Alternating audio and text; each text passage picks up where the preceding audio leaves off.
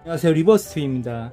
요즘에는 볼거리가 넘쳐나는 세상이죠. 뭐 넷플릭스다, 유튜브다 넘쳐나는 세상인데 80년대만 해도 볼거리가 그렇게 많지 않았죠. 그리고 그래서 극장에 가는 것이 정말 연중 행사가 될 만큼 굉장히 두근거리고 기쁜 일이었습니다. 오늘은 극장 관련된 팜프렛이나 제 약간 기억에 남아있는 영화들 이런 얘기 해볼까 합니다. 로보캅은 제 개인적으로 굉장히 특별한 영화입니다. 제가 중학생이 돼서 가장 혼자 처음으로 극장에 가서 본 영화고요. 그만큼 보고 싶었던 영화예요. TV에서 이제 그 광고를 하는데 뭐 로버트 좋아하는 소년한테 얼마나 좋은 소재였겠어요, 이 로보캅이. 그래서 와, 정말 보고 싶다 해서 결국에는 혼자 가서 두근거리는 마음으로 본 영화가 이 로보캅입니다. 굉장히 뜻깊은 영화였고, 혼자 가서 본 만큼 감동 이런 게 굉장히 컸던 것 같아요. 우레메 이런 거를 거쳐오다가 이제 제대로 된 해외 영화를 본 처음 그거라서 더 느낌이 컸던 것 같습니다. 이런 극장에서 판매하는 팜프렛이죠. 팜프렛 이런 거 그때 당시에는 좀 흥행하는 영화가 나오면 이렇게 극장 한 켠에 이렇게 판매를 했던 것 같은데 영화관을 돌아서 나오면 사실 이 영화를 언제 다시 볼지 모르잖아요. 그러니까 이런 팜프렛을 사서 집에 가지고 와서 그 감흥을 조금 오래 간직하기도 하고 또 펼쳐보면서 이랬었지 저랬었지 했던 그런 팜프렛입니다. 요즘도 나오는지는 잘 모르겠어요. 자, 여기는 그 멋진 장면인데 누가 오리셨나봐요. 오려서 이렇게 사진 오린 그런 흔적이 있네요. 무적의 슈퍼히어로 로보캅 탄생. SF 영화가 뭐 토탈리콜도 제가 중학교 시절에 봤었던 영화고 몇 개 있죠. 터미네이터는 고등학생 때 터미네이터 2가 개봉을 했던 것 같고, 그 전에 SF 영화로는 전 로보캅을 당연히 이렇게 꼽는데요. 자, 보면 불길 속에서 걸어 나오는 그런 모습입니다. 전 세계 흥행 랭킹 톱이라고 되어 있네요. 머피. 이제 로보캅이 시리즈가 거듭되면서 약간 느낌이 좀 퇴색되긴 했는데, 이 로보캅 어떻게 보면 은색의 로봇인 것처럼 보이고, 어떻게 보면 약간 푸른색의 갑옷처럼 보이는데, 로보캅이 이제 처음 등장할 때 유리 너머로 로보캅이 척척척 걸어오잖아요. 근데 그때는 좀 푸른색의 빛이 돌았던 게 되게 기억이 납니다. 디자인은 지금 봐도 참 잘한 것 같아요. 로보캅은 너무 군더더기 없는 디자인보다는 되게 심플하면서도 좀 그럴듯해 보이는 디자인이었다고 생각합니다. 로보캅을 언젠가 그것도 꽤 됐죠. 리뉴얼해서 만들었는데 그거보다 이 디자인이 확실히 더 좋은 것 같아요. 이 악당의 이 머리채, 이 눈빛 보세요. 황당해하는 이 표정. 로보캅. 인간의 몇 배에 되는 파워와 이제 탄도까지도 계산해서 총을 쏘게 되죠. 자, 머피. 아무리 개조되긴 했지만 고통이라든지 그리고 상처도 받기도 하고 또 고장도 나기도 하죠. 그래서 완벽한 사이보그, 무적의 사이보그는 아닙니다. 인간처럼 똑같이 이렇게 충격을 받기도 하죠. 헬멧을 벗으면 이때도 되게 좀 충격적인 느낌이었죠. 뒷부분은 완전히 기계가 되어 있고 요 앞부분, 앞면 쪽은 약간 피부가 덮여 있는 그런 느낌입니다.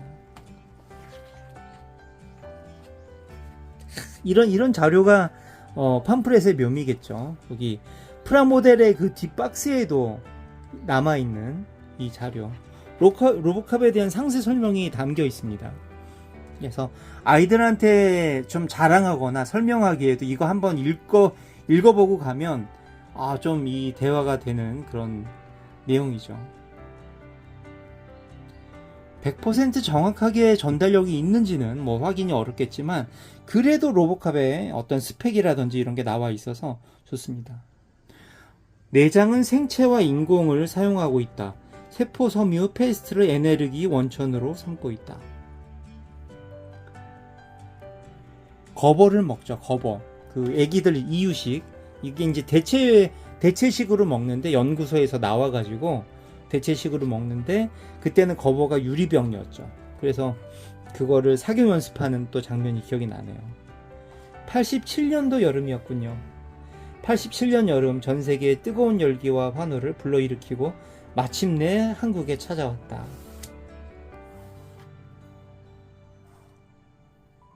저는 이 로보캅 영화를, 제가 충정로에 살았어요. 어릴 때 충정로에 살았는데 화양극장이라고 큰 극장이 있고, 화양극장 그 뒤편으로 극장이 있었습니다. 근데 그 극장 이름은 잊어먹었어요. 좀 오래돼서 그런지 거기서 로보캅을 봤던 그런 기억이 나네요. 자, 이제 여기 인공지능과 그리고 두뇌를 놓고 갈등을 하죠. 뭐가 더 우수하냐. 근데 이제 인공지능이 사고를 일으키는 그런 장면인 것 같습니다. 로보캅이 되게 좀 그 잔인한 장면이 사실 많이 나와요. 이게 국내 극장 개봉할 때는 조금 생략이 되기도 했지만, 삭제가 되기도 했지만, 원이 보면 되게 충격적인 장면이 많이 나오죠. 거의 라스트 씬 돌입할 때 철근에 이렇게 몸이 깔리고 굉장히 좀 처절한 그런 장면입니다.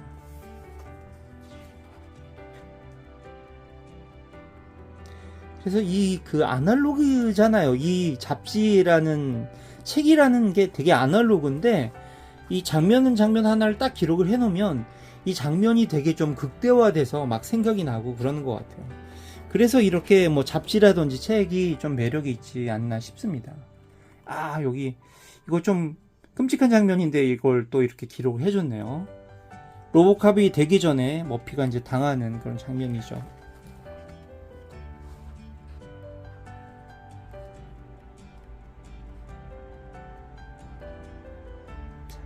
임원한테 이제 꼼짝 못합니다. 프로그래밍이 돼 있어서 어떤 강제로 임원을 해할 수 없기 때문에, 사장이 이제 대표이사가 너는 해고야라는 그걸로 방아쇠를 당길 수 있게 되죠.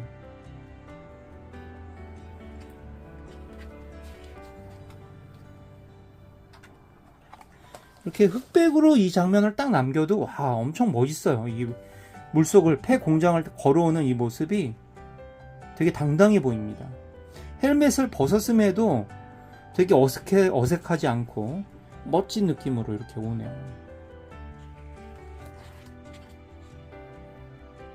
악당들이 참 많은 도시죠. 그래서 그 영화를 볼 때 미국은 되게 좀 무서운 나라구나 이런 생각을 했던 것 같아요. 아, 이 디자인 보세요. 사람이 이렇게 입었을 텐데 아이언맨하고는 되게 굉장히 다른 느낌인 것 같습니다. 아이언맨보다 뭐 개인적으로는 더 물론 멋지게 생각을 하지만,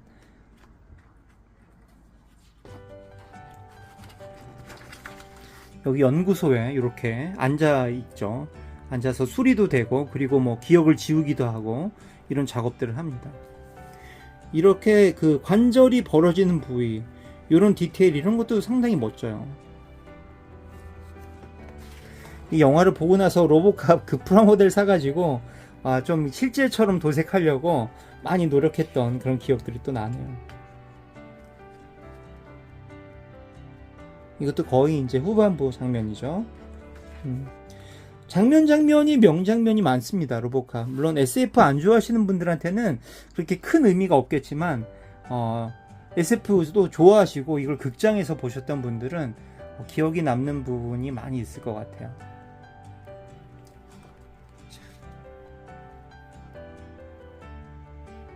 나머지는 다 그 시대에 맞는데 시대를 벗겨난 정말 최첨단 사이보그 경찰 로보캅이었습니다. 이후에 오락실에 또 로보캅이라는 그 제목도 달고 나와서 게임도 많이 유행하곤 했죠. 그리고 이제 그때 영화 정보를 얻을 수 있는 잡지 중에 크게 스크린하고 로드쇼 이런 것들이 있었죠. 그리고 그 잡지를 선택하는 기준은 어떤 부록이 있느냐에 따라서 그 잡지 선택 기준이 또 정해지기도 했습니다. 1985년 세계 영화음악 TV 총결산이라고 되어 있네요. 자, 어떤 영화들이 소개되었는지 한번. 85년도입니다. 85년도는 저는 이런 다른 외화 이런 건 별로 관심이 없었어요, 사실. 장난감 좋아하고 로봇 좋아하는 친구가 이런 회화에 물론 관심이 있으셨던 분들도 있겠지만 이 페이지는 사실 너무너무 멋진 사진인 것 같습니다. 브룩실즈죠. 눈빛 강렬하고 의상도 정말 너무너무 화려합니다. 여기 이제 브룩실즈에 관련된 이런 정보를 보면 180cm를 넘는 팔등신의 몸매가 완벽하게 조화를 이루고 있다라고 되어 있어요. 180이 넘나 보죠, 브룩실즈가. 짙은 눈썹, 암초록빛 눈에서 뿜어나오는 강렬한 응시 이렇게 되어 있습니다. 그래서 세계적인 스타들 이런 것들 스크린에서 자주 볼 수는 없었지만 이런 잡지를 통해서 얼굴을 익히곤 했었죠.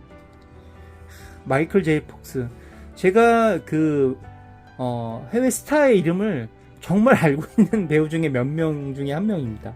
배우들 이름 잘 몰라요. 사실 이렇게 봐도 그냥 그런가 보다 이런데 백 투 더 퓨처는 너무 특별한 영화였기 때문에 젊었을 때 이 에너지가 대단하죠.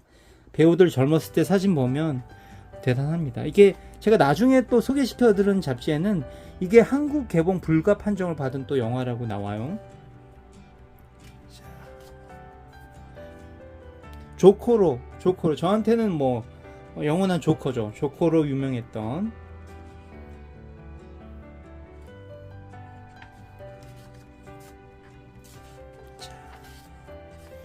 이제 각 영화의 이제 어떤 이슈들 이런 거 소피 마르소도 나오고, 역시나 저는 이렇게 배우의 이름이 딱 떠오르진 않네요. 다들 젊어요, 그죠?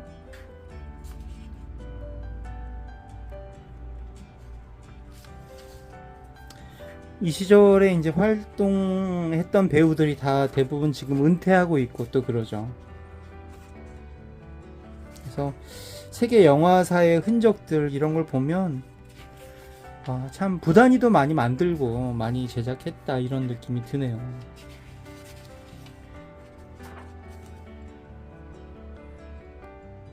향후 몇 년간은 또 이 CG 관련된 게 좀 범람할 것 같고, 근데 언젠가는 또 이 CG도 한풀 꺾여서 정말 좀 인간적인 그런 영화가 다시 사랑받지 않을까 그런 생각을 해봅니다. 여기 보면 이런 장면들, 영화는 몰라도 이 장면에서 오는 이런 포스 이런 것들이 확실히 있어요. 베를린 영화제 작품상 웨더비라는 영화라고 합니다. 아마 연기를 매우 잘하셨을 것 같아요. 그냥 느낌만으로도.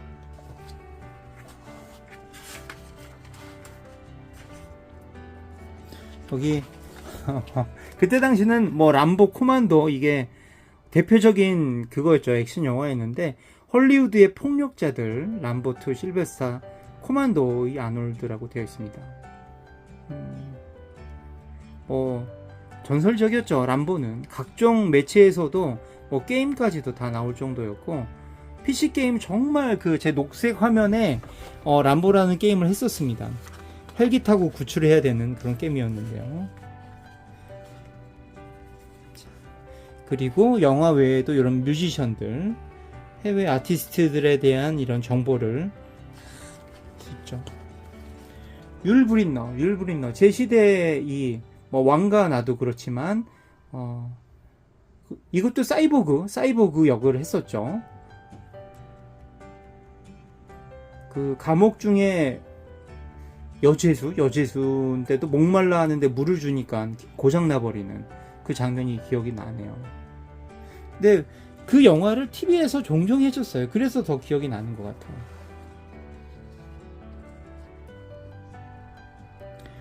(85년도면) 지금 알고 있는 이런 배우들이 굉장히 꽃다운 나이, 정말 마돈나 보세요. 마돈나.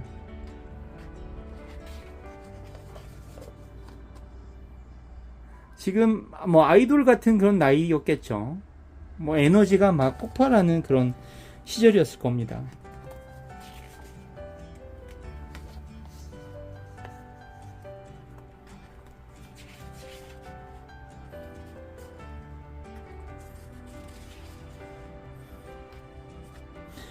(85년도에) 이제 이런 잡지를 보면 의상이나 공연이라든지 이런 게 굉장히 괴리감이 있을 것 같은 시절이었어요. 우리나라는 조금 이제 늦게 이런 것들을 보고 참고하고 막 배우고 그런 시절이어서 이런 공연 의상이라는 걸 보면 정말 그때는 좀 다른 나라 같은, 다른 세계 같은 그런 느낌이 들곤 했었습니다. 유명 가수들과 콜라보하는 또 장면이네요.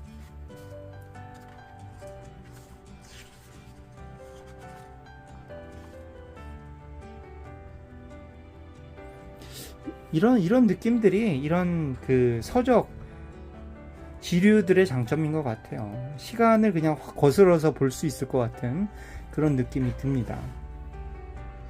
커플 핀업이라고 되어 있습니다. 남과 여 이렇게 되어 있고요. 스크린 1988년도 11월호 부록이라고 합니다. 굉장히 얇게 된 이런 책자인데요. 어떤 커플이 있었는지 뭐 저는 봐도 잘 흥미가 없을 그런 시절이라 아무튼 배우들이 굉장히 다 젊다는 거. 아, 탐 크루즈가 나왔군요. 여기 탑건.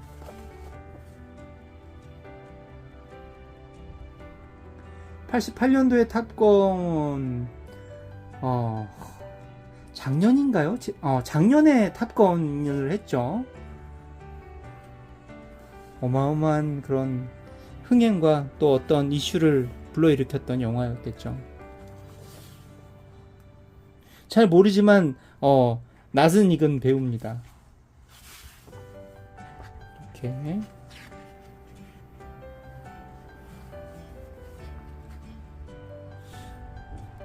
극 중에서 이런 커플들이 있었나 보네요.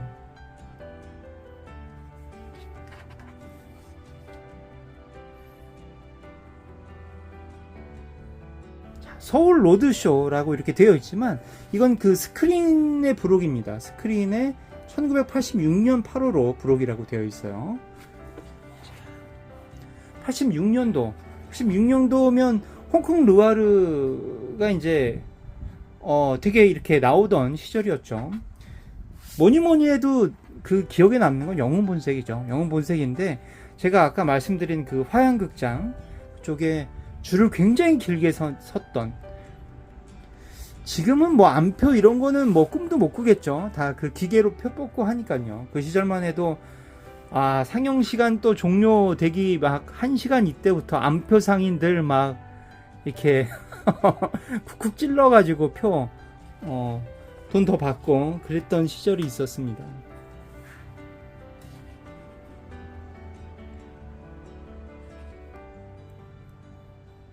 이게 이렇게 저도 보니까 예전 영화 이렇게 한번 좀 찾아보고 싶다는 느낌이 좀 들긴 해요.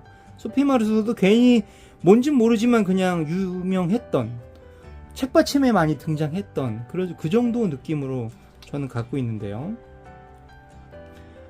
연습장 앞 표지 뭐 이런 거에 많이 등장했죠.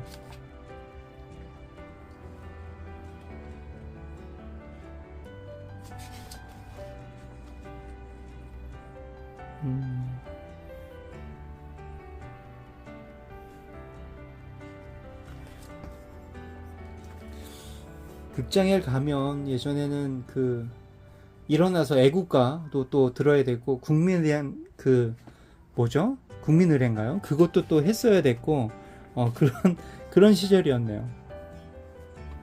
얼마 전에 작년에도 이 배우 되게 화제가 됐었죠. 구니스는 제 초등 시절 때 영화 같은데,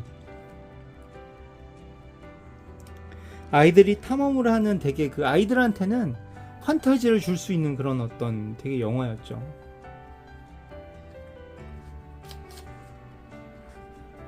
척 노리스 되게 푸근하게 생겼어요. 이소룡 영화에서는 그 악역으로 나오긴 하지만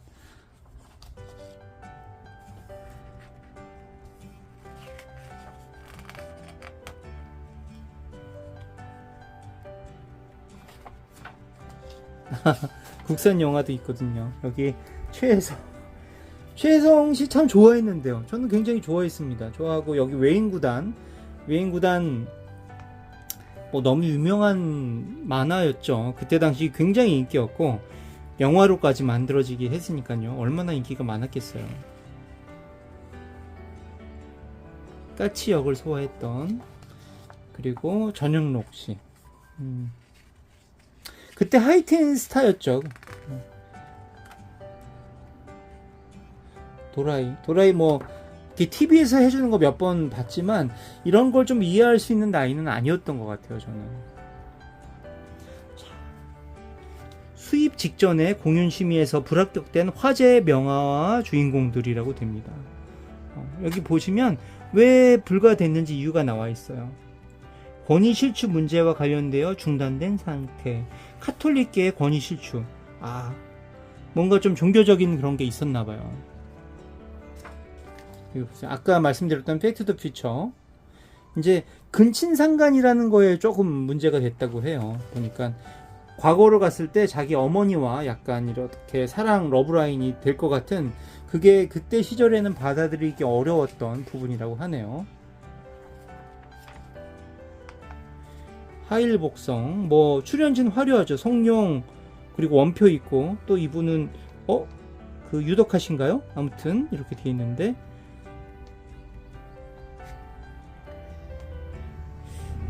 이건 모르겠어요. 여기는 안 나와 있는데. 근데 너무 고가의 그거라서 국내에 상영이 어렵다고 이렇게 나와 있네요. 왠지 이 친구들이 권총 들고 있으니까 좀 안 어울리네요.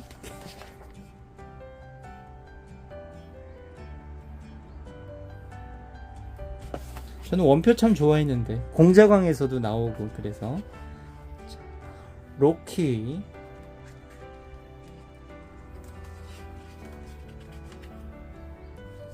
로키4, 소련과 미국의 공방적인 나오는 까닭에 아시안 게임 올림픽의 주최국인 우리 실정에는 맞지 않다는 판정이 내려졌다. 아시안 게임을 하는 입장에서 또 맞지 않다는 판정이 나왔나 봐요. 요즘도 이런 윤리 이런 게 있나요? 심의? 뭐 있을 것 같긴 한데. 아놀드 영화. 너무 잔인하고 혐오스럽다는 판정이 내려졌다. 매드맥스는 왜 안 됐을까요? 이 편은 유난스럽게 폭력적이라는 이유로 수입이 불가능하게 된 것. 소편으로 갈수록 잔인해지고 있는 영화의 순서가 바뀐 셈이다.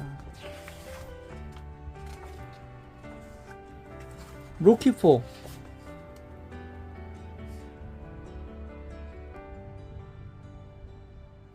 실베스타 스탈론의 로키4가 못 들어오게 되자 자연히 세계적인 드라고 선풍을 일으켰던 돌프의 모습을 보기가 어렵게 되었다.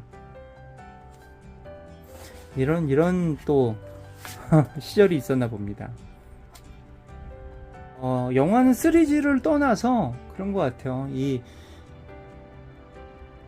람보가 그랬고 로키도 마찬가지로 그냥 영원히 끝나지 않았으면 하는 그런 게 있잖아요. 뭐 복서나 전쟁 이런 걸 떠나서 이 영화가 계속됐으면 좋겠다. 뭐 욕심이겠죠. 욕심인데 얼마 전에도 로키 다시 또 하긴 했지만 그런 이 영화계의 시작부터 이제 물론 마블도 그렇잖아요. 아이언맨도 시작한 지 얼마 안 된 것 같은데 아이언맨이 이렇게 끝나버리는 이런 상황들이 좀 아쉬움이 있는 것 같아요. 그런 것들. 또 어린 나이에 접해서 그런지 그런 좀 시리즈가 끝나갈 때의 아쉬움 이런 것들이 오래 좀 남습니다. 그냥 로키 이런 글 보면 되게 서민층의 어떤 그 복서가 성공하는 그런 우여곡절을 겪고 사랑도 쟁취하고 또 실패도 또 겪고 또 다시 재기하고 이런 과정이 반복되는 그런 스토리죠.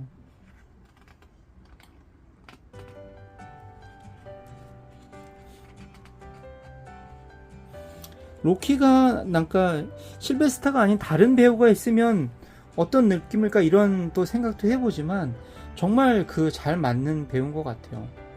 본인이 또 그렇게 각본 이런 걸 썼다고 제가 알고 있는데 본인이 그렇게 하고자 했었고 그냥 뭐 또 명장면이죠. 흑백으로 처리를 했는데 이런 그 장면, 이거 되게 오래된 역사 사진 같은 그런 느낌이 드네요. 지금 이렇게 보니까.